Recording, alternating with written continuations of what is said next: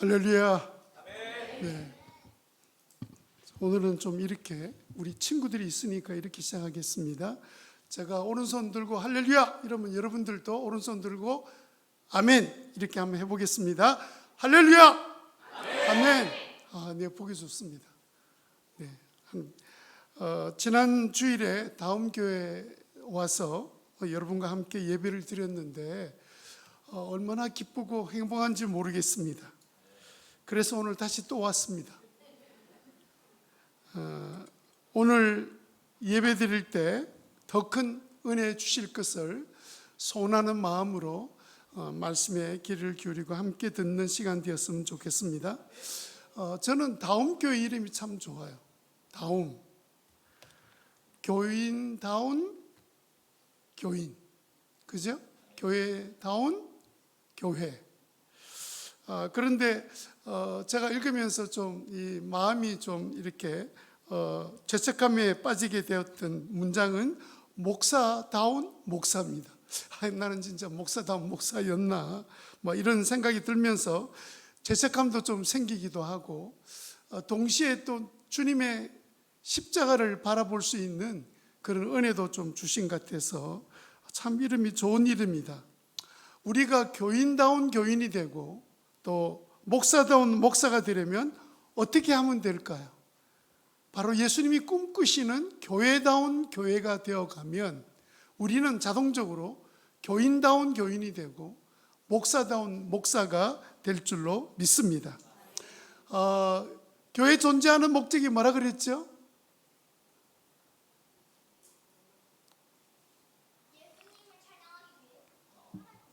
네, 하나님을 찬양하고 예배하고 우리 박수 한번 쳐줘야 될 것 같아요. 교회가 존재하는 목적을 여러 가지로 설명할 수 있는데 그 중에 주님이 마지막으로 부탁하신 부탁의 말씀, 그 말씀을 보면 마태복음 28장에 보면 영혼 구원하고 제자 삼으라. 영혼 구원하고 제자 삼으라. 시작. 영혼을 구원하고 제자 삼으라. 네, 이것이 주님이 마지막 부탁하셨던 말씀이에요. 이걸 대사명이라 하잖아요. 교회가 존재하는 목적은 뭐냐? 우리를 예수 믿게 만드셨던 그 주님의 말씀을 따라 살면서 제자가 되어가고 예수님의 제자가 되고 아직도 예수님을 알지 못하는 영혼들을 찾아가서 그 영혼들에게 우리의 삶, 우리의 기쁨, 우리의 행복을 보여주면서 함께 예수 믿도록 초청해서 그들도 예수 믿고 하나님의 자녀 되는 것, 이게 주님이 원하시는 소망이고 주님의 뜻입니다. 디모데전서 2장 4절에 보면 4장 5절 말씀에 보면 뭐라고 되어 있냐면 하나님의 소원은 모든 사람이 다 회개하여 주님께 돌아오는 것을 간절히 소원하셨습니다. 예수님의 소원도 마찬가지예요. 우리가 예수님의 제자가 되고 모든 사람이 예수 믿어서 구원에 이르게 되기를 원하시는 그 주님이 그래서 어떻게 하면 우리가 제자가 되고 어떻게 하면 예수 믿는 사람들이 생길 수 있도록 할 수 있을까 해서 교회를 만드신 거거든. 교회를 만드실 때 왜 이렇게 우리들처럼 건물로 먼저 시작하지 않고 집에서 시작한 이유가 뭐 때문에 그렇다 그랬죠? 교회는 가족 공동체로 되어지기를 주님이 원하셨기 때문에 그렇습니다. 가족 공동체, 우리를 가족으로 불러주셨어요. 하나님 우리 아버지가 되시고 우리는 다 하나님을 아버지라 부르는 자녀들, 형제 자매들이죠. 여러분, 우리가 가족이 되어가면서 서로 더 깊은 사랑을 느끼게 되고 책임감을 가지고 필요를 채워주는 우리 육신의 가족들이 있습니다. 교회도 마찬가지예요. 하나님 우리 아버지시기 때문에 모든 교회 성도들은 함께 서로의 필요를 채워주고 뿐만 아니라 주님이 그렇게 원하셨던, 아버지가 원하셨던 모든 영혼이 주님께 돌아와 구원받기 원하시는 그 일을 위해서 힘쓰는 교회, 교인 되기를 주님 간절히 원하고 계세요. 여러분을 통해서 많은 영혼들이 구원받게 되시기를 바랍니다. 예수님이 교회를 세우신 진짜 이유는 바로 영혼 구원하고 제자 되어지는 것. 우리는 다 제자의 길을 시작했습니다. 예수 믿을 때. 그럼 제자다워야 되는데 여전히 우리는 예수님의 제자답지 않는 삶 살고 있다면 주님 얼마나 마음 아프시겠어요. 그래서 우리는 주님 앞에 나올 때마다 나는 예수님의 제자의 삶을 살도록 나를 불러주셨다. 그것도 여러분 저절로 되는 것이 아니라 우리가 사랑으로 다른 사람을 섬기고 희생할 때 예수님의 사랑의 마음을 닮아서 주님의 제자가 되어가는 거예요.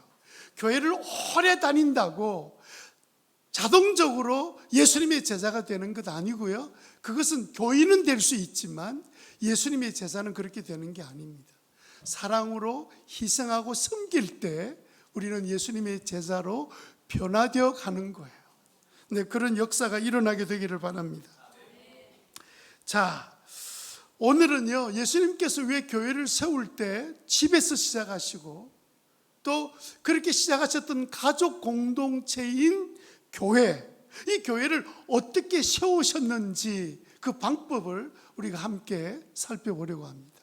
예수님의 사역을 가만히 보거나 또 신약에 있는 서신서의 내용을 보면 이것으로 가득 차 있어요. 오직 관심은 땅끝까지 가서 복음을 전하고 그리고 제자의 삶이 되어질 수 있도록 서로 사랑하고 용납하고 희생하고 그렇게 살아가는 삶 가운데서 믿지 않는 영혼들이 우리를 보면서 야, 저 사람들은 세상 우리와 너무 다르다. 그러면서 그들 마음속에 어떤 마음이 생긴다고요? 호감이 생기잖아요. 나도 저런 사람처럼 됐으면 좋겠다. 그런 마음이 생길 때 예수 믿고 싶은 마음이 생기는 거거든요. 그런데 예수 믿는 우리들을 보면서 오히려 세상에 믿지 않는 비신자들이 볼 때 아이고 예수쟁이들 보기도 싫어. 막 이런 마음을 갖는다면 어떻게 호감을 갖겠습니까? 반감을 갖게 되죠. 오히려 믿고 싶은 마음이 사라지게 될지도 몰라요. 그래서 먼저 믿은 우리들이 교인다운 교인, 그죠? 목사다운 목사, 그걸 이루기 위해서 주님이 교회를 세워주셨기 때문에 교회다운 교회를 우리 다음 교회가 잘 만들어가게 되기를 주님의 이름으로 축원합니다. 자, 오늘 가벼운 질문으로 시작하겠습니다. 교회 점수를 온도 100점으로 한번 생각해 봅시다.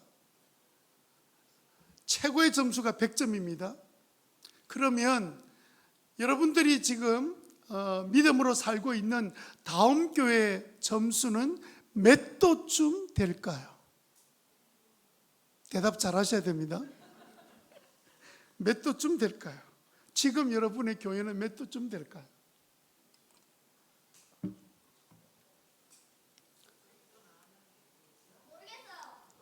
네. 어떻게 그렇게 맞는 말만 해, 앞에서. 잘 모르지. 우리가 생각해도 우리는 잘못 계산할 수도 있을 거예요.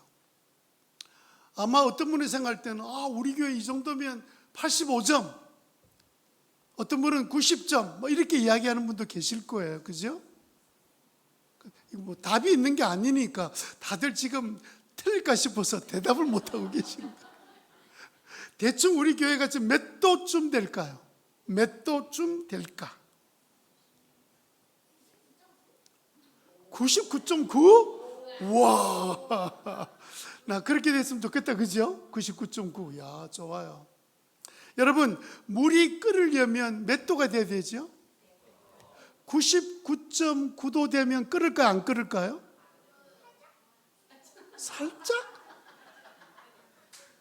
난 저런 이야기 처음 들었어요. 살짝 끓는다? 99.9도가 돼도 물은 끓지 않습니다. 딱 100도가 돼야 물이 끓기 시작하는 거예요. 그죠? 저는요, 만약 우리 교회, 다음 교회가 99도다. 그러면 굉장히 뜨거울 거예요. 그렇지만 뭐는 하지 않는다? 끓지는 않을 거예요. 저는 성경에 나와 있는 사도행전 2장의 예루살렘 교회를 몇 도로 생각할까? 그걸 주님께서 우리에게 모형으로 보여주셨거든요. 저는 100도라고 생각해요. 그러니까 하루에도 수많은 사람이 예수 믿고 제자로 바뀌어져가는 섬김을 그냥 지체하지 않고 섬기잖아요.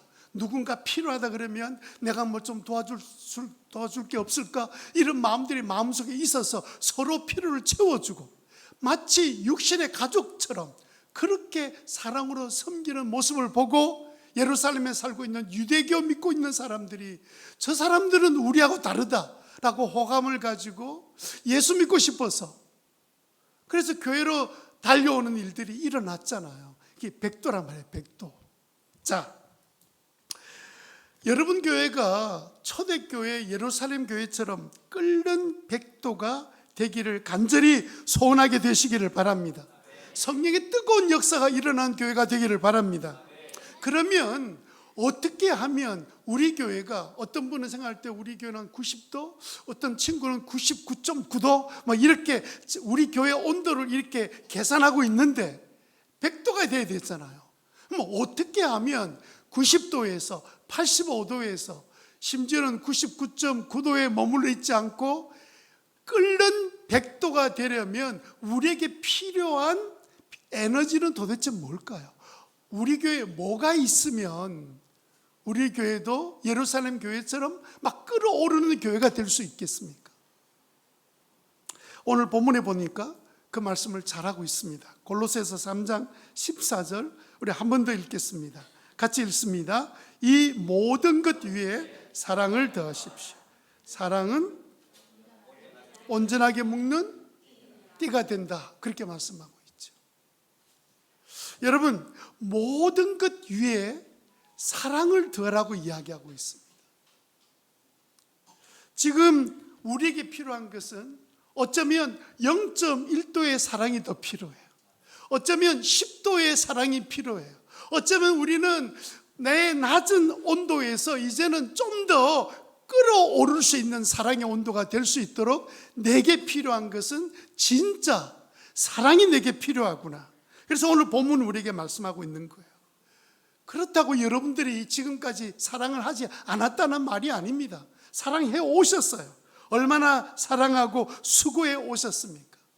아마 여러분 자신이 볼 때도 나는 정말 주님의 교회를 사랑하려고 애를 써 왔어, 이렇게 생각하시는 분도 계실 거예요. 이상한 일이 아닙니다.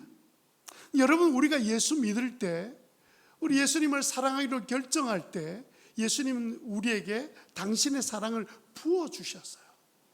그런데 이걸 누가 모르냐면요, 많은 우리들이 모르고 있어요. 내가 사랑이 좀 부족하니까 나는 좀 사랑이 없는 사람으로 생각해요. 주님은 주님의 사랑을 우리에게 부어주셨다고요.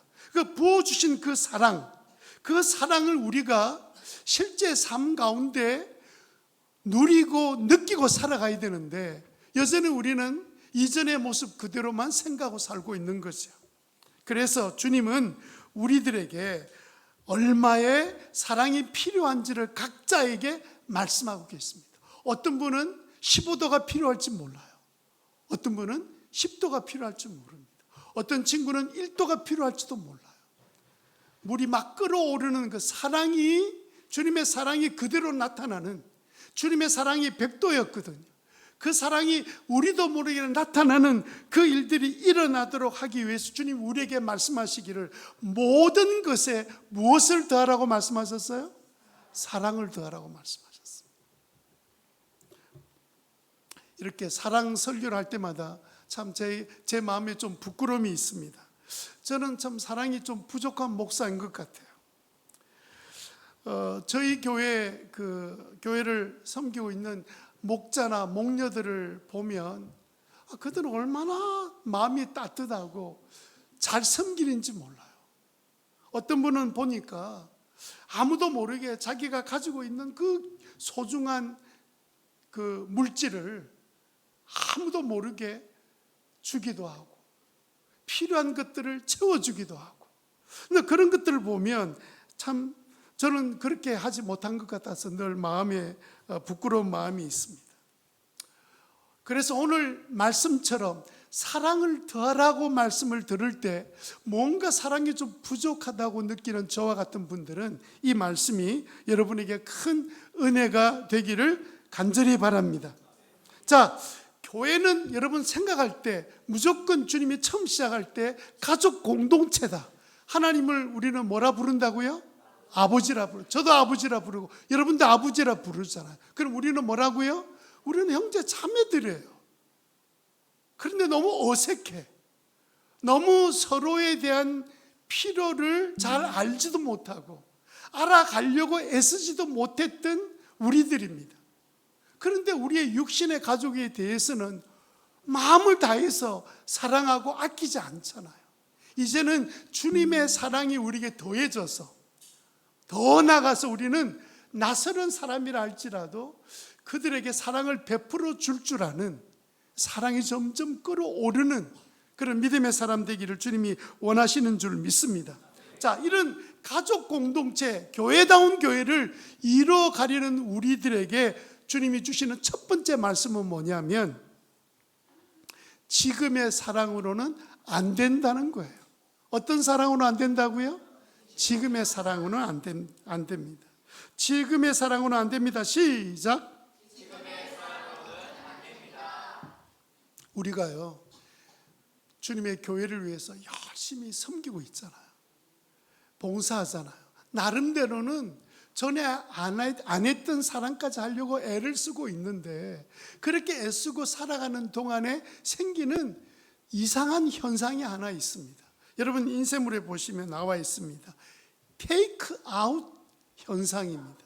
이게 테이크 아웃 현상이라는 게 무슨 말이냐면요, 카페 가서 내가 돈을 지불하고 주문하면 그게 해당되는 커피를 우리는 기대하고 있다가 내가 주문한 그 커피를 받게 됩니다.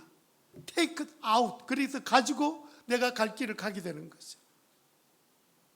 이런 일들은 이상한 일이 아니죠. 만약에 카페에서 주문했는데 다른 것이 나왔습니다. 그럼 여러분 그거 들고 나가나요? 그럼 뭐라고 하죠? 내가 주문 다른 거 했는데 왜 다른 이걸 줘요? 그러면서 내가 요구한 것을 요청할 거예요. 그죠? 당연한 일이죠. 그래서 우리 안에는요, 습관화된 것이 테이크 아웃입니다.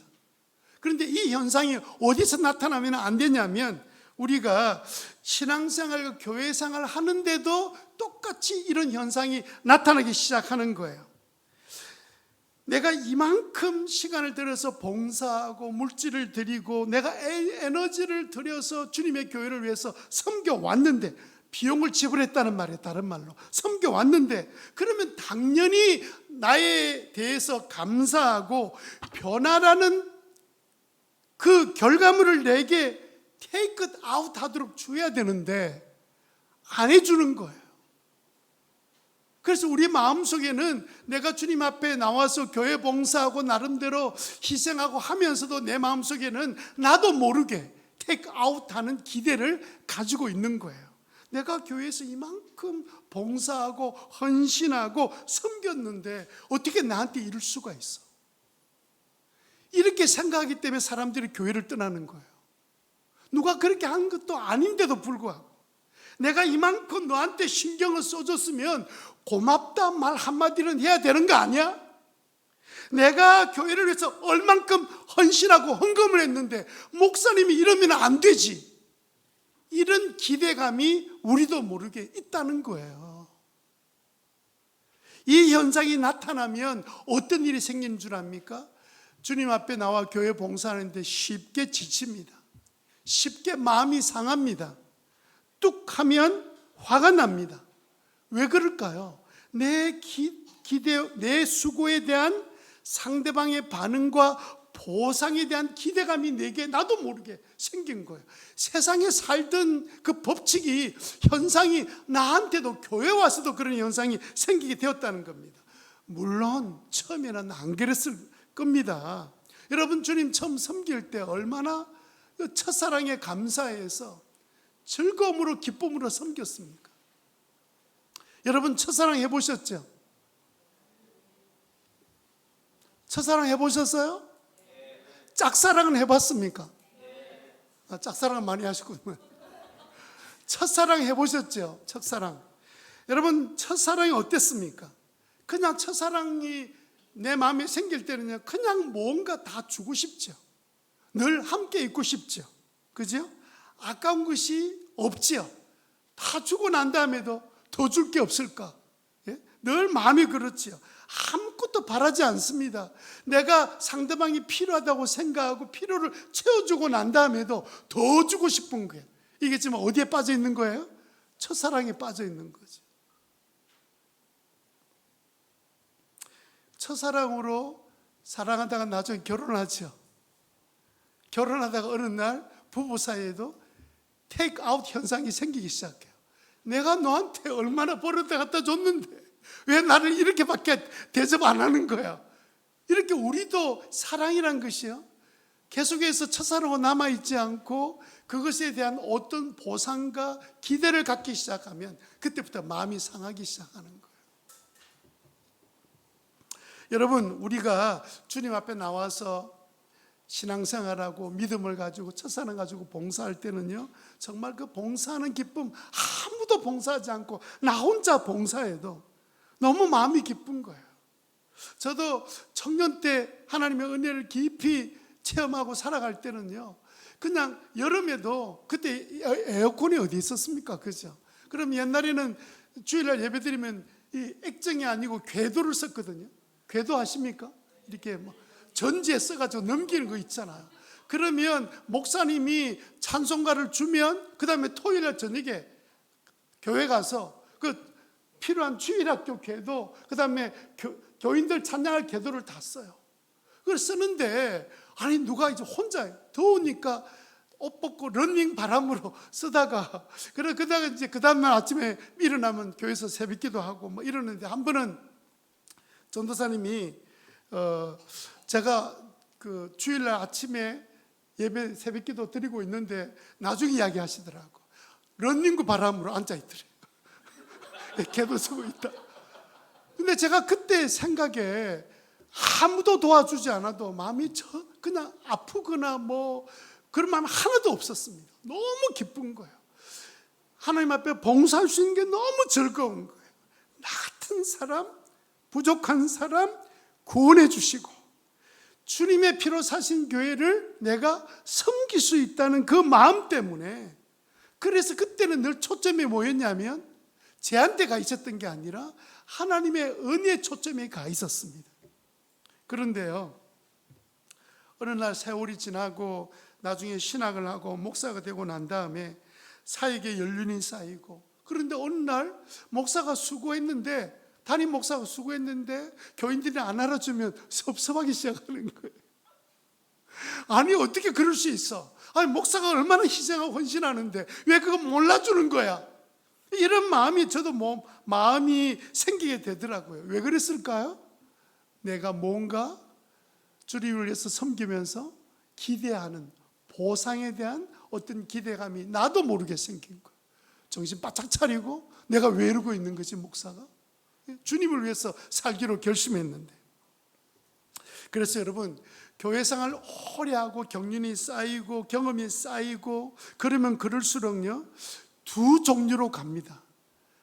더 주님의 은혜에 감사함으로 나아가거나, 아니면 나이가 들면 들수록 더 까다롭고 고집스러운 쪽으로 가게 돼요. 왜 그렇게 되냐면요, 주님을 위해서 섬기잖아요.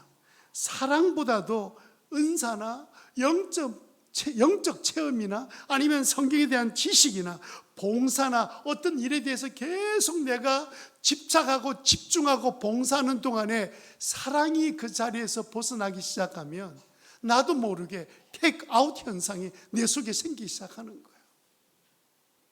초점이 하나님의 은혜에서 나의 수고로 점점점 옮겨져 간다는 것을 경험하게 됩니다. 그래서 여러분, 이 모든 일을 행할 때 주님이 우리에게 요구하신 오늘 본문 말씀이 뭐예요? 뭘 놓치지 말라고요? 사랑을 더하라고요. 네가 수고하는 거 내가 다 알아. 그런데 그 수고로 너 자신의 모든 것에 내 자신에게 초점을 맞추지 말고 하나님의 은혜로 나를 불러주신 하나님의 사랑, 그 은혜, 그게 초점을 맞추고 살아야 돼. 그래서 네가 이룬 모든 수고한 일들, 희생들 다 내가 기뻐하는 일이지만 네가 만약에 사랑을 잃어버린다면 그게 어떤 유익이 내게 있겠느냐, 그렇게 말씀하시는 거죠. 여러분, 그럼에도 불구하고 우리는 이런 열심을 많이 내는 것을 하나님 사랑으로 착각까지 해요. 내가 이렇게 하는 건 뭐 내가 하나님 사랑하기 때문에 하는 거지. 근데 여러분, 그게 하나님 사랑이 아니고 자기 사랑이에요. 그래서 여러분, 내 뜻대로 일이 안 풀리거나 내 마음을 몰라주면 섭섭해지고 쉽게 화가 나고. 여러분, 교회 봉사하는 것도 얼마나 중요합니까? 그러나 주님이 우리에게 부탁하신 것은 뭐냐면 거기에다가 뭘 더하라고요? 사랑을 더해라. 사랑에 먼저 힘쓰는 성도들 되시기 바랍니다. 사람들이 일 잘한다 칭찬 듣는 것을 기뻐하지 말고, 왜 내게는 지금 요즘 사랑이 없는가? 왜 사랑이 자꾸 사라지는 것 같아?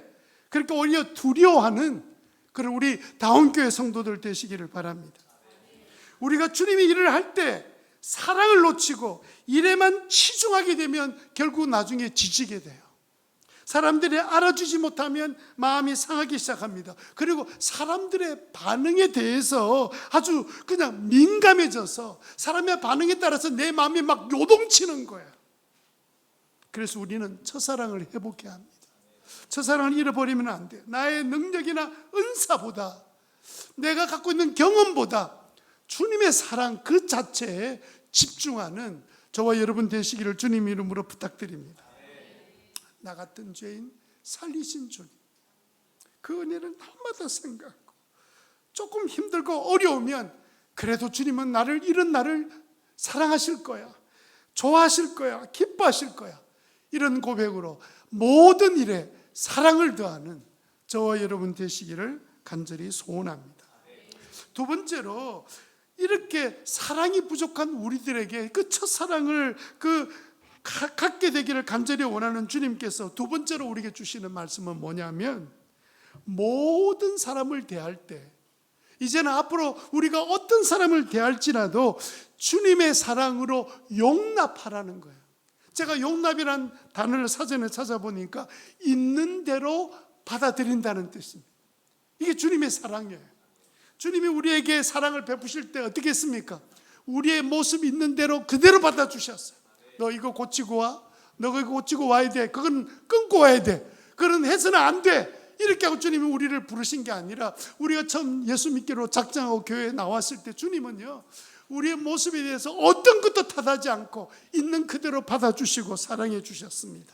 있는 그대로 받아주시는 사랑, 자격 없는 우리를 아무 조건 없이 받아주신 그 사랑, 그 사랑으로 용납해 주신 것처럼, 너희들이 사랑한다는 말이 뭐냐?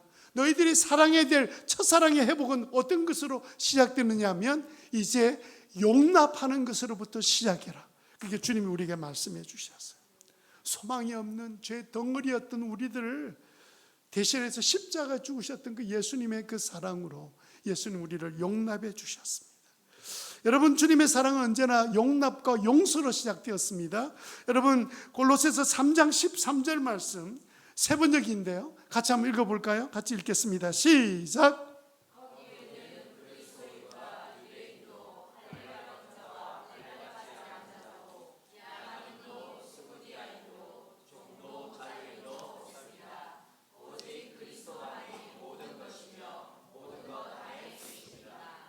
이 말씀은요, 우리가 진짜 하나 되기 어려운 신분들에게 다 나와 있습니다. 종과 자유인, 불신자와 야만인들, 흔히 요즘 말로 하면 내 스타일이 아닌 사람들 주변에 굉장히 많습니다.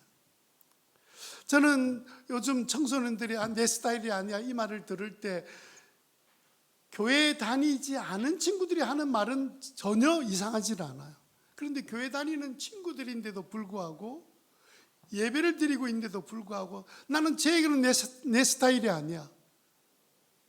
주님이 우리를 향해서 보시면서 네가 내 스타일이 아니다 그러면 우리는 어떻게 돼요? 그래서 여러분, 주님께서 어떤 사람이라 할지라도 그대로 용납하려면 먼저 불쌍히 여기라는 거예요. 불쌍히 여겼다는 거예요. 여러분, 조금 전에 읽었던 구절에서 13절에 보면 13절을 우리가 읽었나요? 11절 읽었죠? 13절 한번 읽어볼까요? 시작. 누가 누구에게 서로 용납하여 주고 서로 용서하여 주십시오. 주님께서 여러분을 용서하신 것 같이 여러분도 서로 용서하십시오. 이 모든 것 위에 사랑을 더하십시오. 사랑은 아멘. 내가 아무리 내 스타일도 아니고 내가 정말 원수 같고 꼴도 보기 싫은 사람이라 할지라도 그 사람과 나를 묶어줄 수 있는 것은 뭐밖에 없어요? 사랑밖에 없는 거예요. 주님이 이 사랑 갖기를 원하세요. 이 사랑을 가지려고 몸부림치는 사람이 예수님의 제자로 바뀌어져 가게 되는 것은 주님이 너무 잘 알고 계시고, 그런 교회 되기를 만드시기 위해서 너희들은 영적 가족이야, 남이 아니야, 마치 남인 것처럼 저 사람 나하고는 아무 상관이 없는 사람이야, 그렇게 되지 않기를 주님이 원하시고 우리를 같은 교회로 불러주신 줄로 믿습니다. 여러분, 저는 이제 요즘 교회를 이렇게 다니면서 말씀도 전하긴 하지만 교회 탐방도 하기도 하고요. 그러다 보니까 많은 이야기를 듣고 보고 있습니다. 근데 교회 안에서 일어나는 많은 갈등들, 이런 이야기를 듣게 돼요. 그 갈등 속에 소리를 내는 사람들은 일을 안 하는 사람들이 아닙니다. 놀고 있는 사람들이 아니에요. 대개는 기도를 많이 하는 사람, 성경을 많이 알고 있는 사람, 은사가 있어서 똑똑하게 일 잘하는 사람, 이런 분들이 많이 계세요. 그런데 그런 분들이 소리를 높이면서 생긴 것이 교회 갈등이지, 새로 나온 교인들이 막 소리 지른다고 교회 갈등이 생기지 않습니다. 그런데 왜 그럴까요? 그렇게 평생을 열심히 하나님 교회를 섬긴다고 살아왔는데 왜 그런 일들이 일어날까요? 저는 그 열심, 그 수고, 그런 능력, 모든 거 다 갖추어 있는데 그 중에 뭐가 빠진지 본인이 알지 못한 거예요. 어느 날 하나님의 사랑이 빠져버린 거예요. 그러면 내 안에 주님의 사랑이 있는지 없는지 확인하는 방법은 없을까요? 아주 간단한 방법이 하나 있습니다. 내가 지금 누군가를 용납하고 용서할 수 있는가를 물으면 돼요. 내 마음에 들지 않는 사람, 나는 어떤 일로 인해서 상처받았기 때문에 미운 사람, 그런 사람들 눈에 자꾸 밟히면 이미 내 마음속에 사랑이 약해졌거나 사라졌기 때문입니다. 내 안에 국률의 온도가, 사랑의 온도가 낮아졌기 때문에 그냥 모든 것이 다 불편하고 싫고 밉고 내가 원한 건 아닌데, 이런 부정적인 생각에 빠져 있는 것은 똑똑하지 않아서가 아닙니다. 주님의 교회를 안 섬겨서가 아닙니다. 우리 안에 나도 모르게 그 첫사랑을 그냥 놓쳐버린 거예요. 마지막 세 번째로, 그러면 우리는 어떻게 다시 시작할 수 있겠습니까? 어떻게 우리는 주님의 사랑으로, 이미 주님의 사랑이 우리 안에 와 계세요. 근데 이걸 사람들이 이게 내가 사랑을 표현해야만이 주님의 사랑이 내게 와 있는 줄 알고 있어요. 여러분, 우리가 이렇게 살다가 어느 날 주님 우리를 불러가시면 우리는 천국 가요, 지옥 가요? 천국 가지요. 완전한 사랑을 우리에게 부어주셨기 때문에 천국 가는 거예요. 내 사랑으로 가는 게 아니란 말이에요. 그래서 여러분, 우리는 이미 구원받은 사람, 이미 우리는 주님의 사랑을 받은 사람들이에요. 우리는 뭐 해야 됩니까? 우리는 한 가지라도 도움이 필요한 사람이 생기면 그 사랑을 실천해 주려고 실천하려고 애를 쓰다 보면 내 안에 사랑이 있었다는 사실을 발견하게 돼요. 사랑이 없었던 게 아니라 그 말이에요. 그래서 여러분, 우리는 어떻게 다시 시작하면 되냐면, 제가 사랑을 실천하기 위해서 두 가지를 여러분에게 제안하고 싶습니다. 첫 번째는요, 우선 내가 하는 모든 사역, 내가 하고 있는 프로그램 가운데 사랑이 있는지를, 사랑으로 하고 있는지를 점검해야 합니다. 확인하셔야 돼요. 나는 정말 주님 앞에 봉사하는 일, 크게 크든 작은 일이든 중요하지 않아요. 내가 하고 있는 그 봉사, 내가 사랑으로 하고 있는 거야? 아니면 그냥 내 힘으로 하고 있는가? 라고 자신에게 물을 필요가 있습니다. 사랑이 아니고 그냥 책임감. 내가 집사니까, 내가 목사니까, 의무감. 내가 안 하면 사람들이 나를 어떻게 생각할까? 이런 의무감, 책임감 때문에 사역을 하고 있다면 우리는 잠시 멈춰야 합니다. 사역을 하지 말라는 게 아닙니다. 멈춰놓고 다시 사랑이 내게 있는지를 점검해 보셔야 돼요. 여러분, 예배소 교회를 향해서 요한계시록 2장 4절 5절에 보면 아주 무서운 책망을 주님께서 하셨습니다. 여러분, 성경 본문 주보에 보면 나와 있잖아요. 2장 4절 5절에 보면 뭐라고 되어 있습니까? 너희가 수고도 하고 인내도 하고 이단도 분별할 줄을 알고 그렇게 잘 살게 왔는데 딱 하나 뭘 버렸다고요? 처음 사랑을 버렸다고요. 그런데 그 다음 말씀이 너무 무서운 말씀입니다. 처음 사랑 잃어버렸는데 회개하고 회복하지 않으면 나는 촛대를 옮겨버리겠다. 이 말은 무슨 말이에요? 형태는 교회로 예배도 드리고 봉사도 하고 직분도 받고 다 하고 있는데 나는 그 교회를 교회로 인정하지 않겠다는 뜻이에요.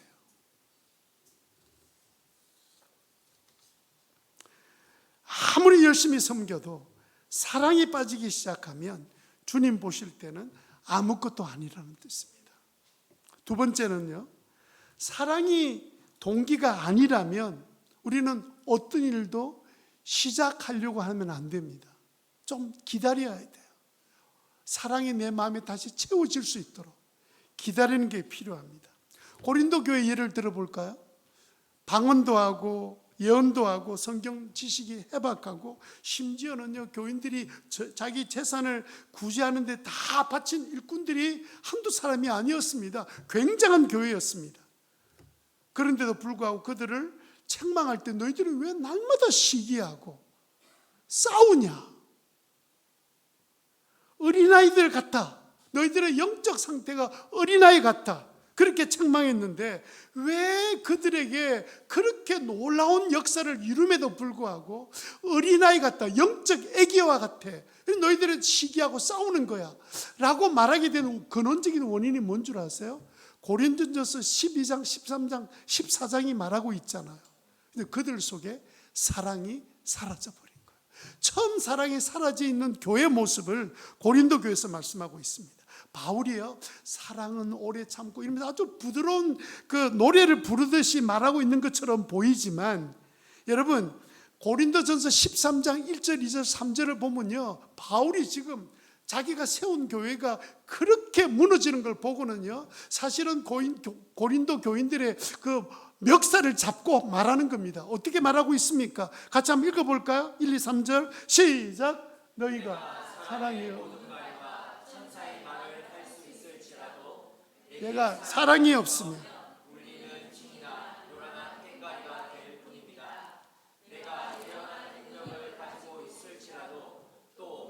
비밀과 모든 지식을 가지고 있을지라도 또 산을 옮길 만한 모든 믿음을 가지고 있을지라도 사랑이 없으면 아무것도 아닙니다.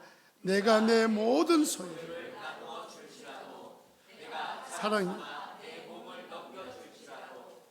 사랑이 없으면 너에게는 아무런 이익이 없습니다. 그게 무슨 말이에요? 사랑이 없으면 엄청난 능력과 믿음과 모든 재산을 다 내어준다 할지라도, 심지어 자신의 몸까지 불태워 순교의 자리에 들어간다 할지라도 그게 사랑이 아니라면 아무것도 아니다. 이 바울이 지금요, 그냥 그들을 붙들고 있는 힘을 다해서 지금 말하고 있는 거예요. 그리고 이 바울이 고린도전서를 딱 마치는 16장에 가서 결론적으로 뭐라고 이야기하는 줄 압니까? 그리고 그 마지막 장에서 14절에 이렇게 못을 박습니다. 같이 읽습니다. 시작. 너희 모든 일을 사랑으로 행하라. 아멘. 모든 일을 사랑으로 행하라. 이게 바울이 그 고린도 교인들에게 부탁한 마지막 말씀이에요. 여러분, 여러분, 다운 교회 나온 게 얼마나 감사한지 모릅니다. 교회다운 교회를 섬기려고 애쓰는 목사님 계시고 성도들도 열심히 어쨌든 교인다운 교인이 되고 교회다운 교회를 만들어서 영혼 구원하고 제자 삼는 교회를 만들어 보자, 그렇게 있는 힘을 다해서 애쓰고 수고하고 있기 때문에 여러분들을 통해서 주님은 놀라운 일을 행하기를 원하시는 줄로 믿습니다. 그래서 우리의 봉사를 할 때마다 나는 정말 주님이 주신 그 사랑으로 하고 있는지, 아니면 나는 의무감이나 책임을 맡았기 때문에 하고 있는지를 날마다 점검할 때 하나님 놀라운 은혜를 잃지 아니하고 능력 있는 삶, 주님의 제자로 변화되는 놀라운 역사를 누리게 될 줄 믿습니다. 저는 처음 사역을 신학대학 3학년 때 시작했습니다. 그때는 이게 그 사랑으로 사역하고 섬겨야 하나님의 살아있는 일이 나타난다는 것을 몰랐어요. 신학교 있을 때 한 목사님이 그 전도사를 구하기 위해서 이분이 학교로 찾아왔는데 어떻게 소개로 저에게 찾아오셔서 교회 학교 사역을 좀 해달라고 요청하셨습니다. 이분은 당시에 부산 남구 용호동에 있는 그 나한자 정착존에서 목회하는 심군식 목사님이셨습니다. 특수한 지역의 목회 한 번도 생각해 본 적도 없고, 저는 그 교회가 제게 맞지 않다고 생각하고 그 자리에서 이거 목사님 저는 아닌 것 같습니다 라고 거절하는 것이 그 어르신에게 대한 예의가 아닌 것 같아서 아내와 상의해보고 그리고 기도해 보겠습니다, 그렇게 말씀을 드렸어요. 여러분, 우리가 어떤 일을 부탁하면 상의해 보겠습니다, 기도해 보겠습니다만은 거절할 때 쓰는 기독교인들의 그 전용 멘트란 거 알고 계시지요? 여러분들 그렇게 안 하세요? 뭐 부탁하면 좀 기도해 보겠습니다, 아니 좀 생각해 보겠습니다, 그렇게 안 하세요? 그날 저녁에 제가 아내한테 와서 목사님 이 어르신 어떻게 좀 젠틀하게 나이스하게 이렇게 거절할 수 있을까, 그런 말을 아내와 의논하려고 머리를 굴리면서 이야기를 꺼냈습니다. 그런데 아내는 제 예상과 전혀 다르게 제가 듣고 싶은 이야기를 하는 게 아니라 오히려 제게 이렇게 반문했습니다. 아니, 신학생이 어려운 곳에서 도와달라는데 왜 나한테 물어봐요? 지금 사역지가 있는 것도 아니고 맨날 교회에서 아골골짝 빈들에도 복음 들고 가오리다 두 손 높이 들고 막 그렇게 찬양하더니, 제가 그 이야기를 듣는데 아무 대꾸를 못했어요.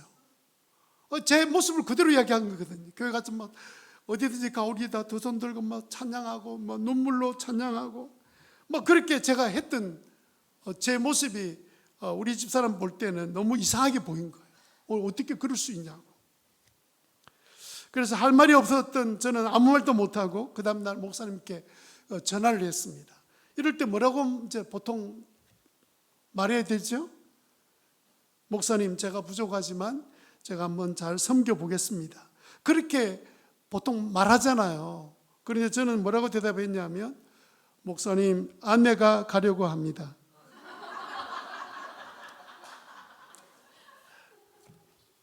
그래서 저의 첫 사역은 나한자 교회에서 시작되었습니다.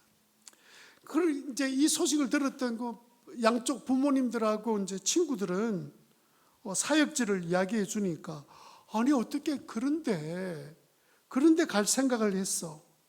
저한테 무슨 큰 사랑이나 있는 거로 생각하고 저를 이상하게 쳐다보는 거예요. 근데 여러분, 제가 그 정착존 마을에 들어가서 그 교회를 섬길 때 가장 힘들었던 것은 뭐냐면 그 환경이 아니었어요. 그 사역 자체가 어려운 것이 아니었습니다. 사랑에 대한 자신이 없었어요. 하나님의 사랑의 능력도 잘 몰랐고 하나님의 사랑이 어떻게 나타난지도 잘 몰랐습니다. 저는 주일날 오후 설교를 주로 자주 하게 되었는데 성도님들 앞에서 설교하지 못했던 주제가 사랑이었습니다. 하나님은 우리를 사랑하십니다. 저를 사랑하고 여러분을 사랑하십니다. 이렇게 이야기하면 예배 끝나자마자 누군가 쫓아와가지고 제 맥살을 붙들고 전도사님은 건강하니까 하나님께서 사랑하셨겠지만 하나님이 날 사랑한다면 왜 나한테는 이런 더러운 나병을 주셨단 말입니까? 라고 따질 것 같은 거예요.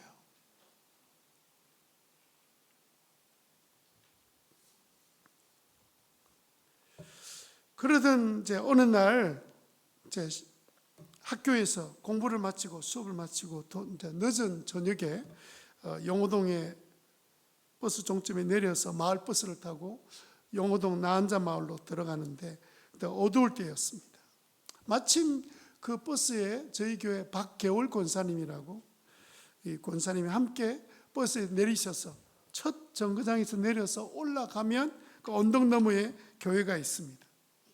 마을로 올라가는데 마침 권사님이 제게 이런 말씀하셨어요. 전도사님, 제 이야기 한번 들어보실래요? 그래서 이 권사님이 자신의 어떻게 예수 믿게 되었는지를 쭉 이야기를 하셨습니다.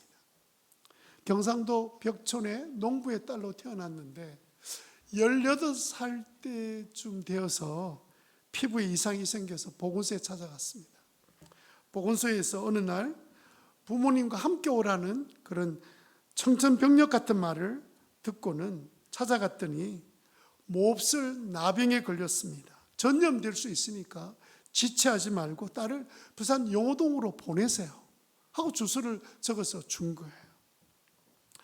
그 이야기를 들었던 그 부모 마음은 얼마나 억장이 무너지겠습니까? 억장이 무너진 그 어머니는 다시 못 볼 딸에게 그 따뜻한 밥이라도 지어 먹이려고 하는데 그 아버지는 아주 모질고 단호하셨습니다.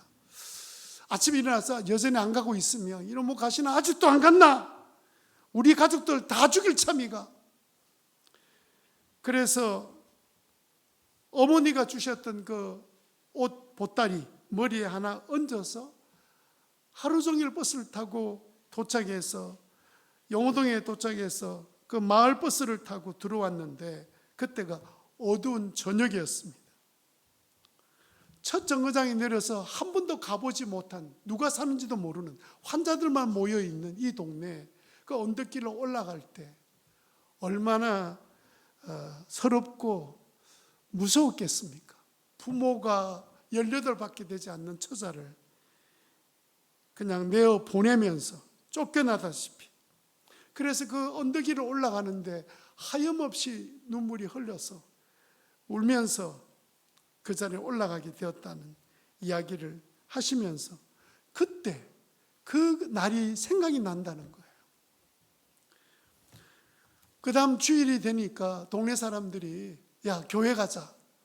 그런데 이 18살 처녀는 한 번도 교회란 단어를 들어본 적도 없고 그 교회가 있다는 이야기도 듣지 못한 시골에 살고 있다가 그냥 교회가 뭐예요? 이러면서 이제 교회에 함께 가게 되었습니다. 교회 가보니까 마을 사람들이 다 모여 있는 거예요. 그 절망 속에서 이 환자들이 병에 걸리면 보통은 2번, 3번 자살을 하는데 가족들에게 버림받고 모여들었던 그 사람 절망 속에서 이 처자도 그냥 교회 나가서 찬송을, 낯선 찬송을 듣고 또 따라 부르기도 하고 그리고 목사님 전하는 설교를 듣고 복음을 듣는데 그게 처음에는 뭔지 전혀 알지 못하는데 시간이 가면 갈수록 그 복음의 빛이 자기 마음속에 비쳐 들어오기 시작한 거예요.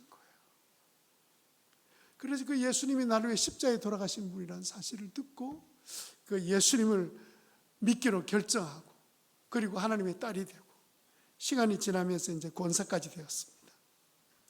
그러나 그 이야기를 쭉 하시면서 그 권사님이 마지막 제게 주셨던 한마디는 지금도 그 말을 생각하면 충격이 되었습니다.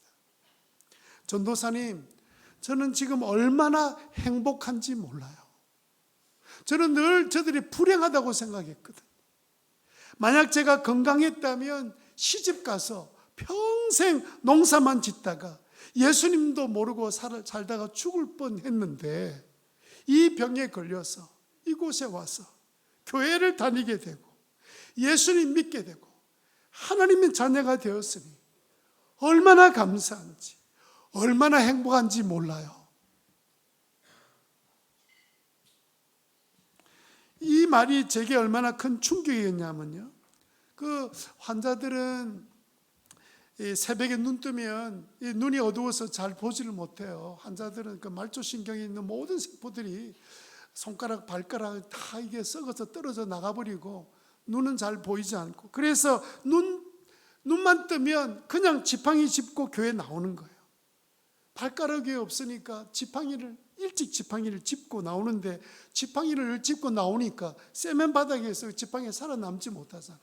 그래서 그 끝에 그 노시나 새로 달려있는 그 지팡이를 짚고 이제 교회를 나오는데, 그 교회 동네 전체가 그 시멘트로 깔려져 있습니다. 도로는. 교회 마당도 마찬가지. 근데 이분들이 와서 이제 딱 하고 새벽에 지팡이를 딱 디디면 그 소리가 새벽 공기에 울려가지고 2층에 자고 있는 저희 방에 들려오는 거예요. 딱 소리를 듣고 놀래가지고 깨보면 새벽 2시, 3시예요. 이분들 눈만 뜨면 교회 나오는, 한두 사람도 아니에요. 교회 나와서 그렇게 기도하고, 그리고 새벽 기도 마치고 나면 이제 하루 일을 하기 위해서 가는데, 저는요 그때까지 너무 험한 인생길이잖아요. 너무 힘들어서 매일매일 위로를 받으려고 교회 나오는 줄 알았습니다. 어쩔 수 없는 그 절망 속에 나갈 수 있는 곳은 교회밖에 없으니까 어디에 세상에 나갈 수 있습니까? 누가 환영이나 합니까? 누가 쳐다보기나 합니까? 그런데 그 권사님의 그 고백 한마디가 제가 얼마나 잘못된 생각하고 있는지를 깨닫게 해주었어요. 이분들은 억지로 나오는 것이 아니라 그냥 눈이 뜨면 그냥 자기가 믿는 하나님 앞에 나와서 예배하고 기도하기 위해 나오는 거예요. 예수님 때문에 진심으로 행복해서 나오기 시작한 거예요. 제가 하나님을 믿을 때 하나님이 베풀어 주시는 그 놀라운 그 사랑의 능력을 전혀 몰랐던 거예요. 박 권사님이 이 병에 걸렸기 때문에 예수님 믿게 되어 나는 행복하다, 그럴 줄 몰랐단 말이에요. 제가 그 말을 듣는 순간에 눈물이 확 쏟아졌습니다. 참을 수가 없어서 먼저 사택으로 달려갔습니다. 어쩔 수 없어서 교회 나오는 것이 아니구나, 주님을 믿고 행복해서 천국을 바라보고 나오는 분들이구나. 그 다음부터는요, 성도들을 보니까 그 얼굴의 모습을 보는 게 아니라 그 성도들의 삶의 모습을 보니까 불쌍하고 불행한 사람이 아니라 믿음으로 사는 거예요. 오직 그 나라만 바라보고 정직하게 사는 사람, 헌신적으로 사는 사람, 자신의 재산을 다 내어놓아서 동네를 위해 쓰고 있는 사람, 행복한 사람 보이기 시작했습니다. 그날 제 눈이 조금 열리던 날이 되었습니다. 하나님께서 사랑할 때 그 사랑에 대한 확신을 하지 못했던 저에게 하나님이 하나님의 사랑의 능력을 보게 해주신 거예요. 이분들이 예수님을 믿는다면 이 세상에 예수 믿지 못할 사람은 어디 있습니까? 이분들이 하나님의 사랑을 느끼고 산다면, 우리 같은 사람이 하나님의 사랑을 느끼지 못한다면 어떻게 주님 앞에 설 수 있겠습니까? 사랑하는 다음교회 성도 여러분, 혹시 믿지 않는 영혼에 대해서 아무런 관심 없이 한 주간을 살아오셨습니까? 혹시 다른 사람 보면 저 사람 왜 저런지 모르겠어, 왜 저렇게 말하는지 모르겠어, 왜 저래, 늘 그런 마음이 우리 마음에 있었습니까? 예수님은 교회를 건물로 시작하지 않고 집에서 시작하셨습니다. 그리고 우리를 예수 믿어서 영적 가족으로 불러주셨습니다. 나보다 약하고 어려운 사람들 도울 능력이 없으면 우리는 기도하면서도 저들을 도울 수 있습니다. 우리는 주님의 제자가 될 수 있습니다. 우리가 점점 사랑의 사람으로 변화되는 모습을 보고 믿지 않는 사람들의 마음속에 호감을 갖게 될 거예요. 나는 종교를 선택한다면 나는 기독교를 선택할 거야. 나는 교회를 나간다면 다음 교회 나갈 거야. 이런 생각들을 불어넣을 수 있는 것은 우리 모두가 사랑의 공동체를 만들어 갈 때만 일어날 수 있는 일입니다. 이제부터는 사역을 하기 전에 사랑을 더하는 교회가 되기를 바랍니다. 아무런 조건 없이 영혼을 품고 사랑을 연습하는, 그래서 어느 날 생각도 못했던 100도로 끓어오르는 그런 사랑의 교회 만들어내시기를 바랍니다.